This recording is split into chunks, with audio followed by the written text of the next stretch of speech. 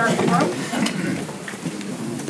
I pledge allegiance to the flag of the United States of America and to the republic for which it stands, one nation, under God, indivisible, with liberty and justice for all. I wanted to tell you, my name is Karen Shue, and this is Terry Morecourt. We're from the lovely town of Vernon, right next to you. We both had volunteered to moderate this forum because we're very partial to town government and very partial to our neighbors. So we're here as volunteers, and we have no bias whatsoever, but just wanted to let you know where we're from. If you need to know our credentials, we'd be happy to provide them to you after the forum. But I want to thank each and every one of you for coming and showing your interest in your town. It's a great display of how passionate you feel about your government. With that, we're going to set the timer so that that's all correct, and we're going to have Angie begin with her opening statement. Angie will let me know as soon as we're ready, all right? Okay. And if anybody can't hear, if you could raise your hand, just so we can accommodate that, all right? Thank you. Okay. Whenever she's ready. Whenever you're ready. Okay. Tomorrow is election day. The outcome of this election will be pivotal, and in my opinion, the future of the town of Waukesha will be changed forever by your decision. As you know, much has been said about the town-related issues by others in the last few months. Some true, most not. My husband David and I have lived in the town for almost 30 years. We have never seen an election like this one. Yesterday's illegal antics included placing signs next to mine on private property that said, "The Liberals' Choice," in a county with the highest percentage of Republican voters in Wisconsin. This is a non-partisan elected position. I'm a fiscal conservative. So to the question, is the hoopla because of personality conflicts? No way. There has been a protracted effort to discredit me in order to change leadership and direction in this town through the election. Why? The availability of our land and our water resources are at stake. The city of Waukesha and the local developers have salivated over the easy pickings of our town forever. That changed with the election in 2010. We know we should be in charge of our future, and now we are. A simple example is the decision on the water service area, which creates a border limiting further annexation of town lines into the city. My opponent, a local real estate developer, favors including the entire town. His position just revealed last week Sunday. I am who I have always been, a tireless advocate for the town of Waukesha. Fear-mongering is the most recent attack, attempting to discredit the work done over 2 years to set the water service area boundaries. We've worked closely with the DNR during this time, educating ourselves on this complicated decision. We are not putting our friends and neighbors at risk like my opponent likes to spew. In fact, just the opposite. We are in control of our future, no longer being controlled by those who profit by our losses. We have options available to us that do not include being in the clutches of the city of Waukesha Water Utility. They just like to think we need them. We don't. Jen, just a minute.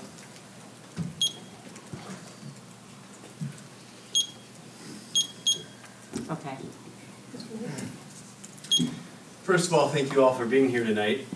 We've been in the newspapers a lot these last few years, from a dysfunctional board to our cyber supervisor, a failed septic system gone unrepaired, or our chairwoman chasing down plow trucks.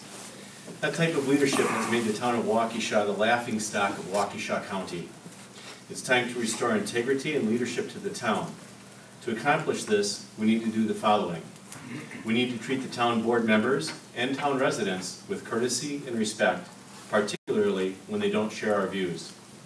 We need to restore our right to obtain municipal water and sewer service for those who will need it in the future.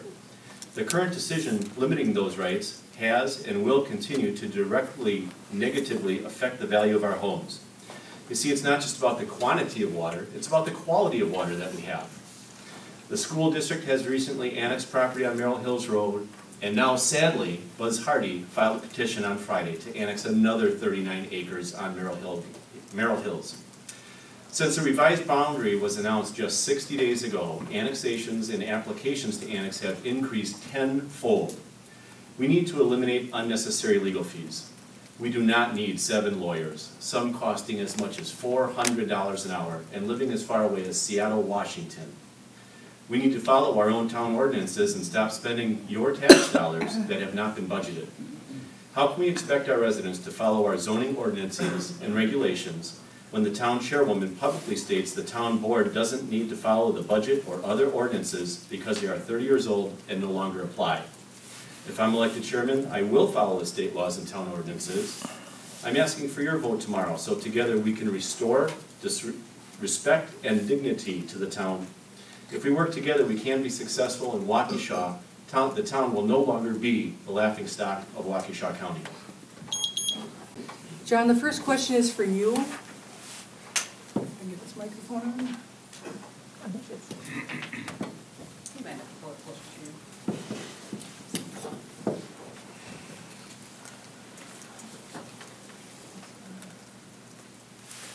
Not working for you? There's a little thing here, but usually there's a... Sorry. Well, it's a good thing we got our grant money coming for a new system. Do you want me just, I can speak really loud. No, you don't have to. Oh my gosh, it's on. Is it on? Now you'll see why you know we need a new system. John, can everybody hear me? John, the first question is for you, and the question is, do you support a bypass? Why or why not? Yes, I do support a bypass. Ultimately, the decision rests with the state and the county, since it's a state-county funded project. There is a safety issue out there. Whether it's done on the west bypass that's been approved by the county right now, or an alternative route, the town should be involved in that, but ultimately, it's the decision of the state that's going to matter. Thank you, John. Angela, we're going to reset the timer.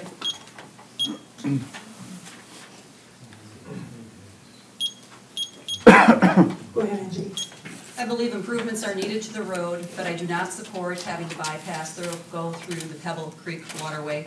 I disagree with my opponent. This is not only a county and state decision, this is most certainly a town of Waukesha decision. Unfortunately, the previous board signed a memorandum of understanding that started this project without the approval of the town board, without even bringing it to the public at all. And so we're dealing with the aftermath of that now. But we should be involved. 50% of this project runs through the town of Waukesha. So we need to protect our neighbors and our business owners.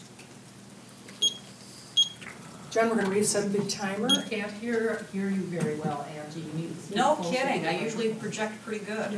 No, You're neither one of you. No. Well, we'll have to speak. Can you hear us now? Yes. Okay, we'll have to bend forward. John, can you speak into your mic, please? Yes. Can you hear him now? Yes. John, we're going to reset the clock for 1 minute for your rebuttal if you choose.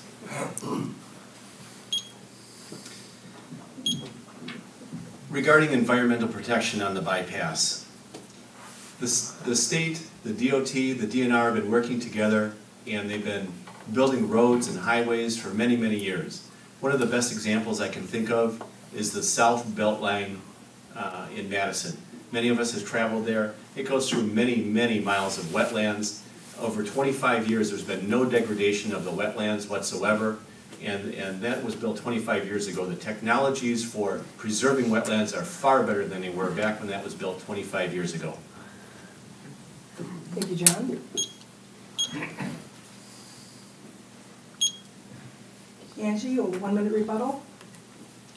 The fact is, the town of Waukesha has received over the years many directions from both the DNR and, well, the DNR, the Army Corps, and Waukesha County itself to protect these wetlands. We were given guidelines on development in that area, and now that all seems to be thrown out the window and it's ready to do a county-based and state-based project in the bypass. So homes are affected, businesses are affected, we need to be involved, we need safety improvements, but they need to be managed with the people that live and work in the area. Thank you, Angie. John, Angie, the next question is for you to begin with. What is your opinion on commercial development within the town on the corner of Genesee Road and Sunset Drive?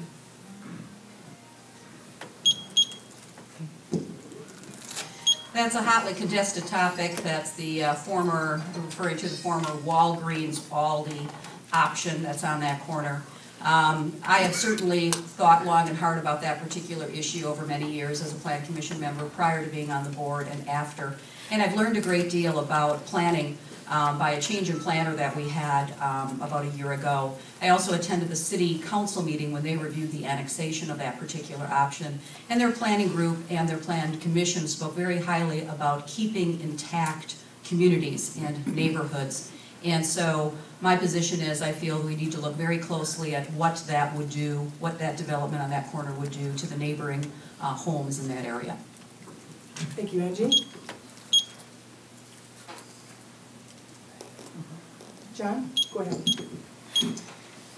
The Walgreens Aldi's fits within the current master land use plan that was adopted by the county and approved by the town. There was no adverse effect on transportation in the area. The planners that put together that plan had islands and curb cuts far enough away from any of the houses that there wouldn't be any direct effect on the homes there. And it wouldn't be affected in any way, shape, or form on either of the proposed bypass scenarios. If it fits within the land use and the zoning, I say we build it. Thank you, John. Angie, you have 1 minute for a rebuttal to the question. There are indeed issues related to that particular development that was placed before us. And there are significant grade changes in that area. There's also questions as far as the distance for entrances, safety-wise to the corner. And there's certainly questions on transportation going through Ridge Road as a shortcut that would go through a neighborhood. So one must look not only at the direct effects of any particular development, but also how it's going to affect the neighborhood. And in this case, the neighborhood would definitely be negatively affected unless other provisions are put in place. It needs a lot of review before any kind of development could take place there safely. Thank you, Angie. John, a 1 minute rebuttal. Well, the Department of Transportation disagrees. They've approved it. They think that the changes that were made to the plan for the various islands and curb cuts and median strips were adequate for safety and traffic concerns. Thank you, John. The question is for John to begin with. The question is, do you support affordable housing to be built in the town of Waukesha?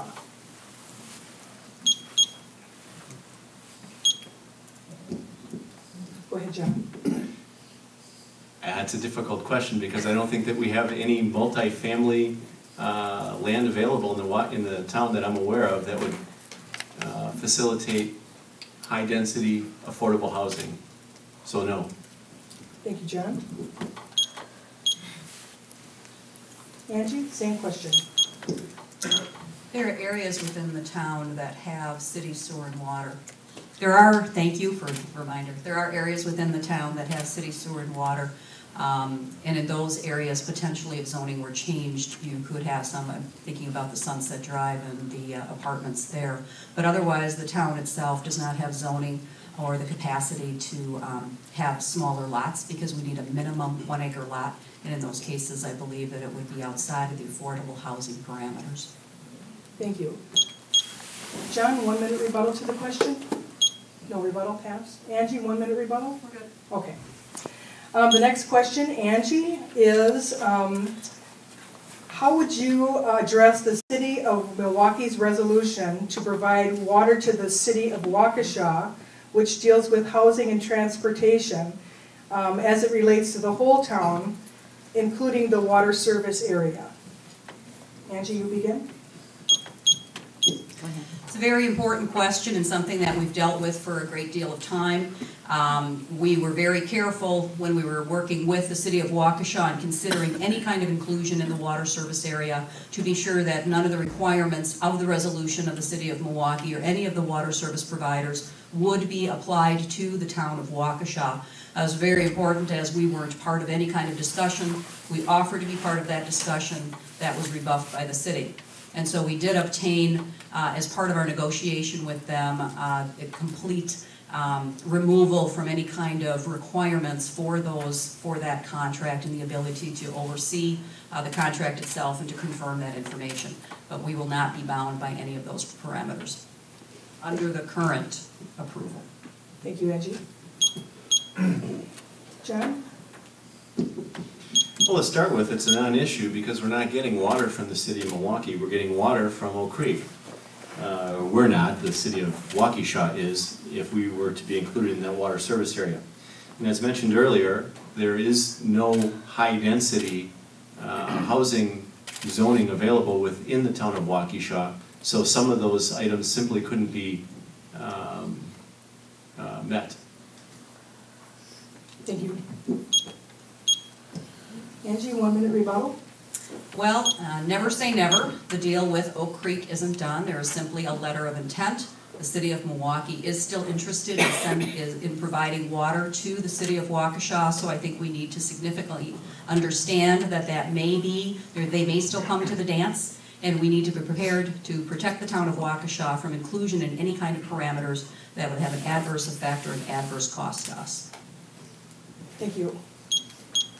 John, 1 minute rebuttal. Angie, any type of rebuttal?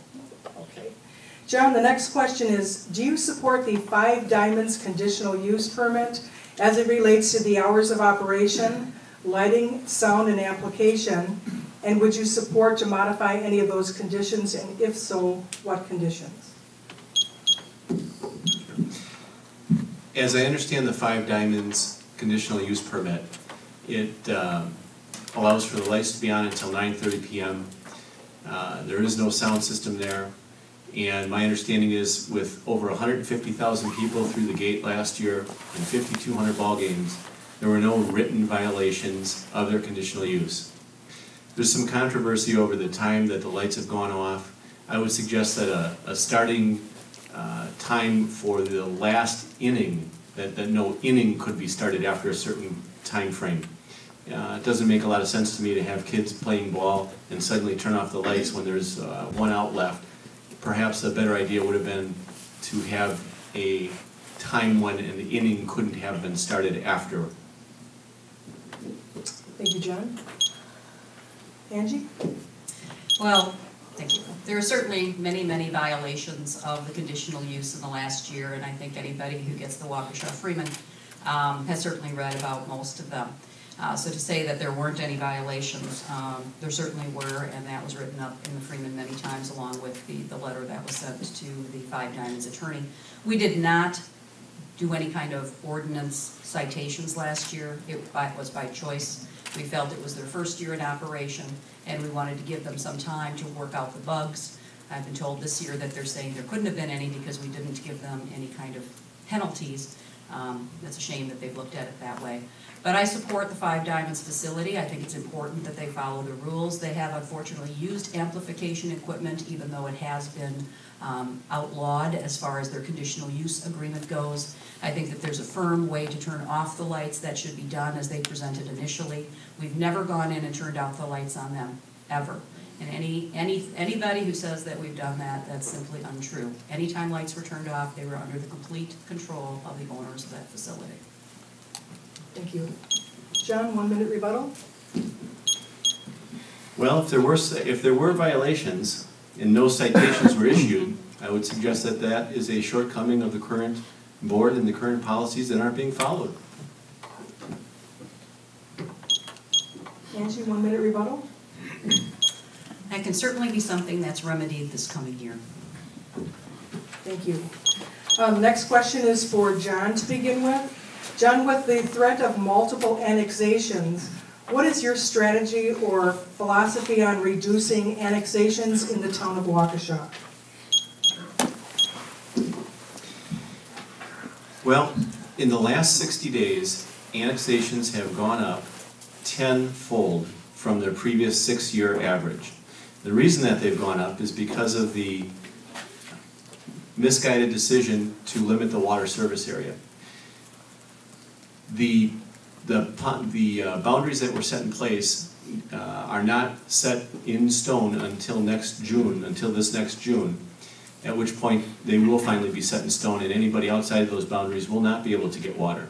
There will be more annexations to come, and the best way to stop annexations would be to promote a new returning to the old water service area and the sewer service area so that we're all protected with a secondary source of water. The water that we currently have, our aquifer, is already contaminated. There are excess levels of arsenic, molybdenum, manganese, and iron in the water, in some cases well beyond the EPA limitations. And that's what the fear is, that's what people are after. They're after a secondary source of water and a secondary source of sanitary services. Thank you. Angie? Well, John, I don't know what kind of math you're using, but tenfold increase in annexations. There's been exactly two. One, the school property along with the Regals. And the school pays no taxes to us, has not built a school in the town for years. And in many cases, the annexations are just being pushed forward a bit. Many people have parked their land in the town. In the school district, it's different. They don't pay any taxes to anybody. So that really makes no difference to us on a tax basis, income basis, either way. Other developers have not annexed into the city because at this time, because it's been in the last few years a poor economy. And so it's much easier to park your undeveloped land at $1.88 a thousand versus almost $10 a thousand. Anybody who's annexing now is somebody that would be annexing in the future, but we will be able to stop that with the boundaries. Contamination, I think we'll take that up under another issue, but that scare tactic is not something that should be part of an annexation discussion. We've lost almost $8 million of property over the years, 800 acres. Any other annexations prior to that were prior to the decision in October of last year. So to represent that we've had a tenfold increase when we've had exactly two, I think is a gross misrepresentation of the facts. Thank you. John, 1 minute rebuttal. Since 2007, there's been exactly 11 annexations into the city of Waukesha, totaling 158 acres. In the last 60 days, there's been annexations or annexation applications in excess of 209 acres. That is a tenfold increase over the 6-year average. There are more to come. I am personally aware of over 1,000 acres that will file for annexation if the decision is not reversed. Thank you, John. Angie, rebuttal. Certainly like to see that paperwork, John. We have lost 719 acres over the history, so to have suddenly all of this land go is improbable. It needs to be contiguous to the city in order to be taken into the city. Someone simply can't say, because I'm not in the water service area, that I'm not going to be part of the town of Waukesha anymore. They must have continuity, be contiguous, easier to say, and there's not that much land that's contiguous to the city that contains that much land. So it'd be very interesting to see the facts and figures of that and perhaps a map. Thank you. Angie, the next question will begin with you. The question is, could you tell us what the state law and the local town ordinances are related to budget amendments? And what is your opinion on budget amendments for the town of Waukesha? Well, that's a hot topic. Budget amendments are something that are required a community to do as they go through their process. We have state law, we have ordinance that guides it, and we also have common sense and history. The history in most communities, including our town, has been that budget amendments are done after the close of year when the books are done. That's been our history here for many, many, many years. We have attempted to do the same thing here in the town of Waukesha. We have been rebuked twice by 2 of our board members. It takes a supermajority of board members to approve a budget amendment. Unfortunately, Supervisors German and Supervisors Fisher have chosen to stop the process of our foundation of closing our books and setting up our new budget by simply refusing to move forward. And the last comment was that we should wait until the new election. So I don't know how they managed to do it all these years the exact same way, but it sure seems like something that's simply something to talk about for an election rather than a true issue. Thank you. John? Well, I would strongly disagree. The very attorney that the chairwoman has relied on, an attorney named Lee Turoni from the Wisconsin Towns Association, sent her in an email back on January 4th, any properly noticed town board meeting by a 2/3 vote of the body could amend the town budget. They can and should do so as needed and as desired. He followed up that communication last month with another letter. When I wrote that prior correspondence, I meant that a budget can be amended at any time of the year. However, a budget is to be amended prior to a line item being exceeded, not after the fact. In fact, the clerk should be checking the town's budget line items to make sure that there is enough money appropriated for each type of bill and only write the check if there is sufficient money. It's very clear, the town ordinances say that no money shall be spent and no obligation for the expenditure of money shall be incurred except in pursuance of the annual appropriation in the adopted budget.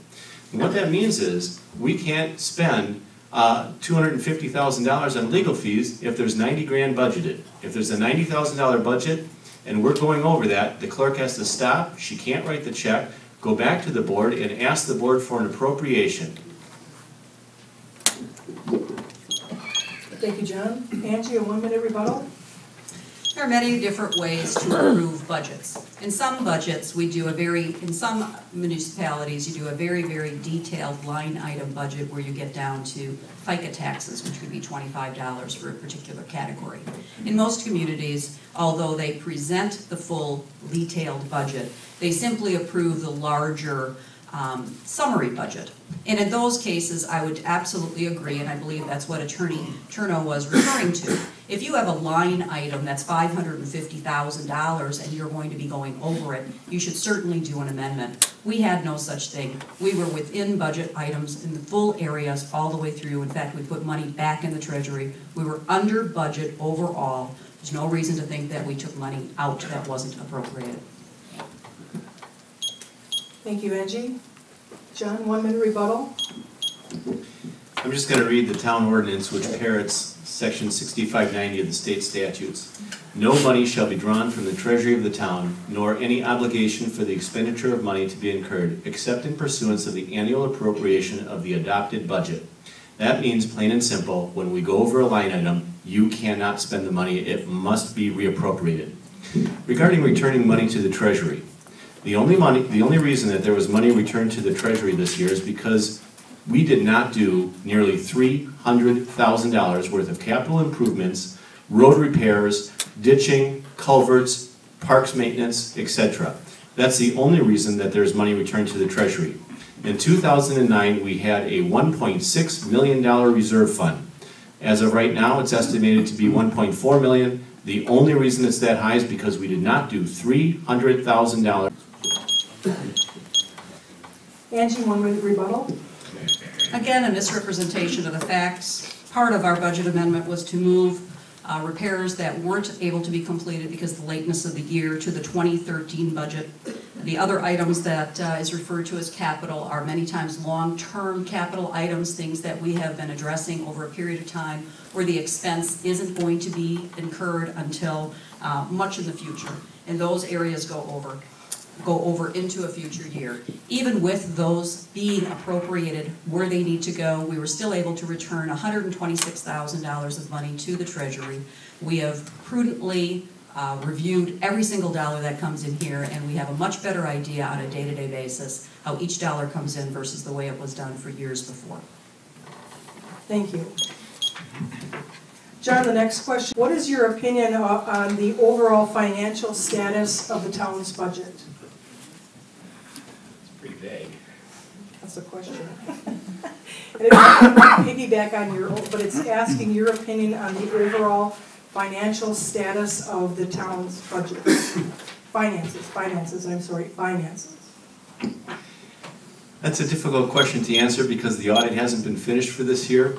The fact is that we don't have a complete history of what's happened with the town budget. We have, according to the latest budget amendment numbers that I have, $49,000 from the fire department that wasn't spent, $28,000 from streets and highways, $10,000 for culvert repairs, and many of these numbers are nearly 100% of the entire budget. $30,000 for crack filling, that was the entire amount of the budget for crack filling, we did none of it. Ditching, $56,321 returned to the Treasury. But we didn't do any ditching. The budget for that was $56,500. Sweeping and brush removal, $8,700 returned, but we didn't do any of it. The budget was $10,000. Road repairs, we saved $67,000 on road repairs. The fact is the budget was $195,000. We just didn't do the work. Our current reserve fund at the 1.4 million and change is less than it would have been in at the beginning of 2010 when the current chairwoman took over. In the middle of 2010, we had a $1.6 million reserve fund. If we had not returned $300,000 of unused funds for our infrastructure repairs, our reserve fund would be about $500,000 less than it was when she took over. Thank you. Angie? Must be Washington-style accounting there, John. I don't know what document you're reading from, but we certainly did our $30,000 of crack filling, and some of the other numbers that you've represented are simply untrue. Our amount under budget is $295,000 last year. We were moving $123,000 of budget items to the new year, as well as at least $113,000 of capital improvements that are long-term capital expenditures. When you say that the finances aren't done and the audit isn't done, well, that's true. 2 board members have kept us from finishing our audit this year, and that's really a shame because we have our annual meeting coming up, and that should have been done and would have been done. What John might not realize is there was a fire truck purchased, and that fire truck came out of our funds. And so yes, there was a reduction in funds, but not due to anything that the Town of Waukesha board has done as newly installed. Thank you. John, 1 minute rebuttal. I'm getting all of my facts and figures directly off of the various budget summaries from the various years that I've mentioned. It's all in writing, it's all right here, and from the draft of the budget amendment that was prepared. The reason that the audit isn't finished has nothing to do with the fact that 2 supervisors did not vote for a budget amendment. If that were the case, our books would still be open for 2010 and 2011, for there was no budget amendment done in 2010 or 2011, and our books are closed. That is, as Supervisor Fisher had mentioned, or Supervisor German, simply an excuse for the failures of the board. Thank you, John. Angie, 1 minute rebuttal. I'll still question the date and time of the materials you have. There's definitely errors in them. This information is available to any townsfolk that would like to come in and see it, and to simply be saying things that have no basis in fact makes it very difficult for people to understand who's telling the truth and what the actual figures are. Bottom line is, we need to finish our books, we need to move the town forward, and we need to act like reasonable people to do it. To jump on a budget amendment when it's been done like this for many, many, many years and we can't close our books is really a shame.